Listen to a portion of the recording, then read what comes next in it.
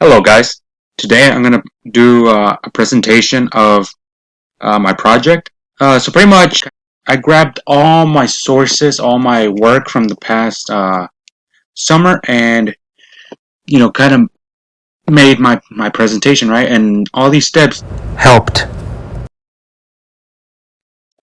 So I grabbed my sources, put them together and made one clean, neat presentation of World War II.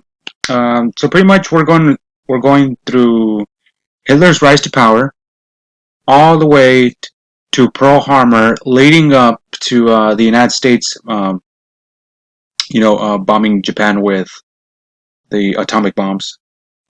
So let's start.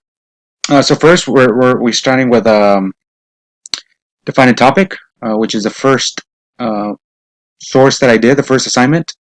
And here we're going to briefly look at Hitler's rise to power, his invasion of Poland, and let's see what he did. So first, he rose to power in 1933.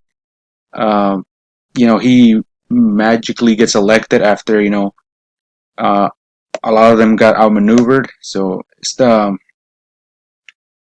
with some luck, Hitler does get elected.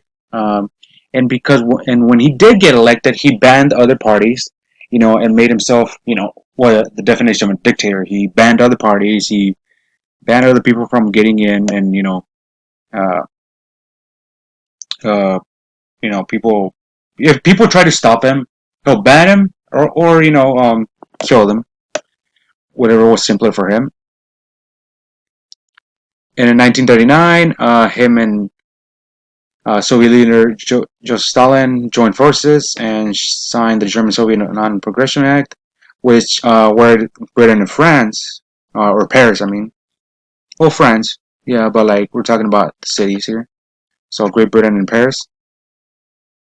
So Hitler's plan was invading Poland, of course, a country which supported Britain and Germany, Britain and France. I mean, I'm sorry. And so that pretty much ticked off uh, Britain and Paris. And so yeah, they would invade Poland, and Britain and France would declare war, beginning World War II. Poland did so quick, and Germany and the Soviet Union had control over Poland. Here it's seeing how Germany took over most of Europe and all the countries that Germany took over. And in the end, Germany did betray the Soviet Union. And because of that, the Soviet Union joined the US and Britain and defeating the Axis alliance, or the Axis powers, whichever one you want to call them. And here we look at the United States and when they entered the war.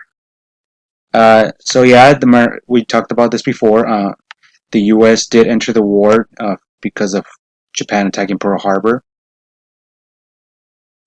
and yeah, Japan and the U.S. were not getting along even before the war because of Japan's mistreatment to China and how they took advantage of China. Ironic, because today we're not in the best terms with China, and we're actually pretty good terms with Japan. So we kind of did the whole switcheroo. Now, because the United States wanted Japan to stop attacking China, they deployed the Pacific Fleet from Hawaii to stop Japan from growing. Uh, to stop their attacks and trying to stop Japan from becoming more powerful.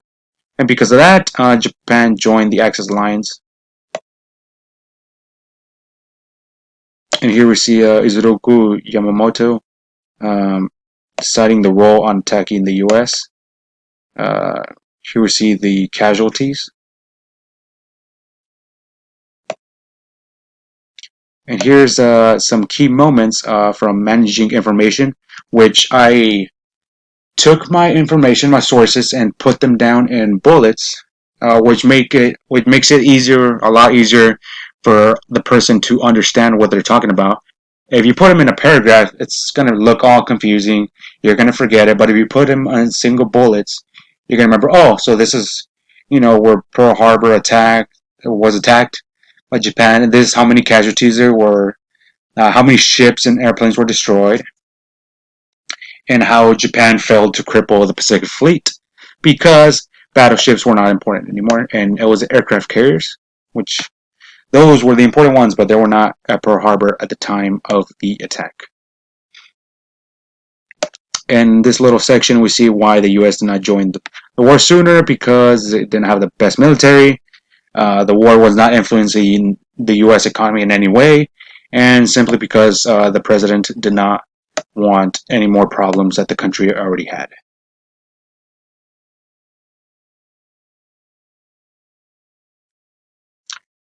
And now here we look at the impact on American life. This is another bullet from Managing Info, which was the fourth assignment. So here um, we see how the American life changed forever in the war, as millions of people entered the military. And when the war ended, there was an economic boost. We talked about that, and it was the biggest in the whole world at that time.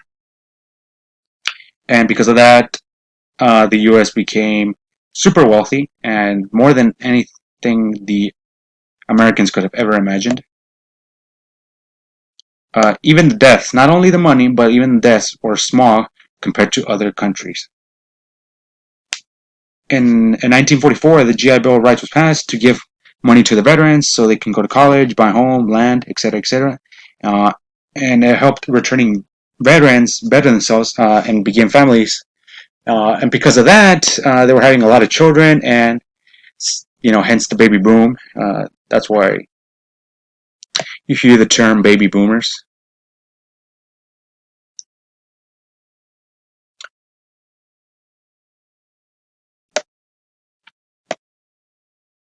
And here we are at the last part. So the last part we're going to talk about is the Axis Alliance, which is part of Managing Info. But I took this part and kind of took the bullets away, made it into its own section, just because I haven't talked about this one as much as I did with the bullets. So I'm gonna go. Through this carefully. So the Axis Alliance, we all know, were made of troublemakers. In July, we see how Japan attacked China, right, to start the war. And Germany attacked Poland, of course, in 1939, starting the European War. So, Japan and Germany were already starting wars, after World War One. So these guys were, troublemakers, right? uh, so yeah, we were at peace for a while, and then, well, not the United States was not at peace because we were in the Great Depression, but we were not in war for at least World War One ended in 1918, so the world was at peace for a good 2 decades before Japan and Germany started their whole shenanigans. Um, in 1940, with the defeat of France, the cowardly Italy entered the war and joined the Axis powers. They were confident that Germany and Japan had it in the bag. In November 1st, 1936, Germany and Italy joined forces when they shared common interests. So this was before them entering and joining the Axis. So Germany and Italy were already friends before the actual, whole world thing. They later announced a Roman Berlin Axis 1 week after signing a friendship treaty. And later on September 27th, 1940, Germany, Japan, and Italy signed the Tripartite Act, which was known, of course, as the Axis Alliance, the Axis powers. In 1940, weeks after the fall of France, Hitler thought it was a good idea to attack the Soviet Union, as we mentioned before, and this will be later known as a huge mistake, which was, we all know that the Axis, or not the Axis powers, the Allied powers, defeated the Axis Alliance and won the war. We all know that. So Hitler did a huge mistake right there. Here are all the sources. Thank you guys for listening to this presentation. It was, okay, so I do have some questions to answer. I did find value in my Word presentation for managing info, and especially for the project. Would I switch in the future to make adjustments? I Yeah, I would make adjustments to the presentation. Something I would like to do is make it a little uh, more creative. I guess I could say that. I would like to add pictures, but adding pictures is not always a good idea in certain parts.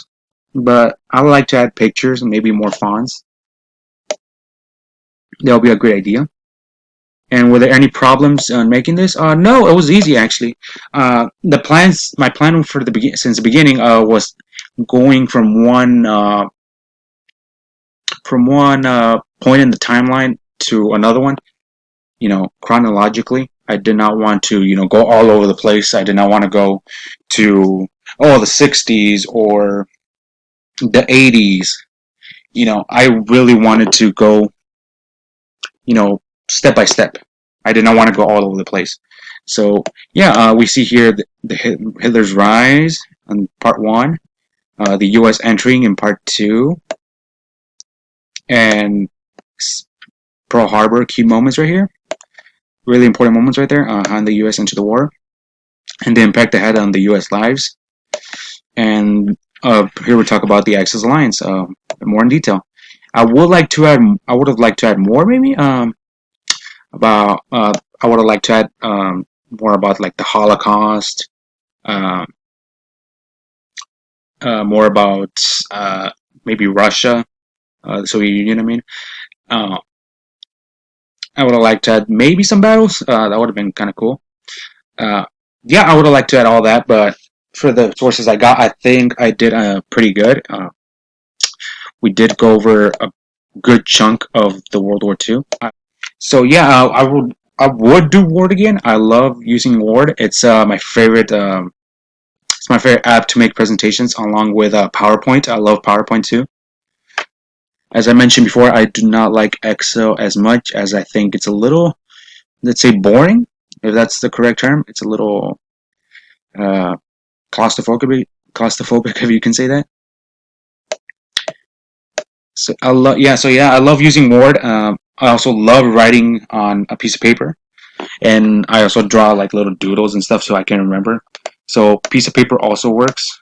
Taking notes in class, I love doing that too. So I would definitely do Word, PowerPoint, and taking notes by hand. I would definitely do all those three for taking notes in class and learning more about key moments in our nation's history. So yeah, guys, I think using Word is a great way to take notes. It's easy, it's simple, and it's like fun. Along with PowerPoint, I think Word is pretty good in taking notes, and of course in taking it by hand. So, anyways, guys, I'm gonna cut this, and thank you guys for listening. Thank you guys for watching. If you guys have any questions, like I said before, you guys can comment, and I'll answer those. So yeah, guys, thank you guys for listening, and I'll see you soon. Bye bye.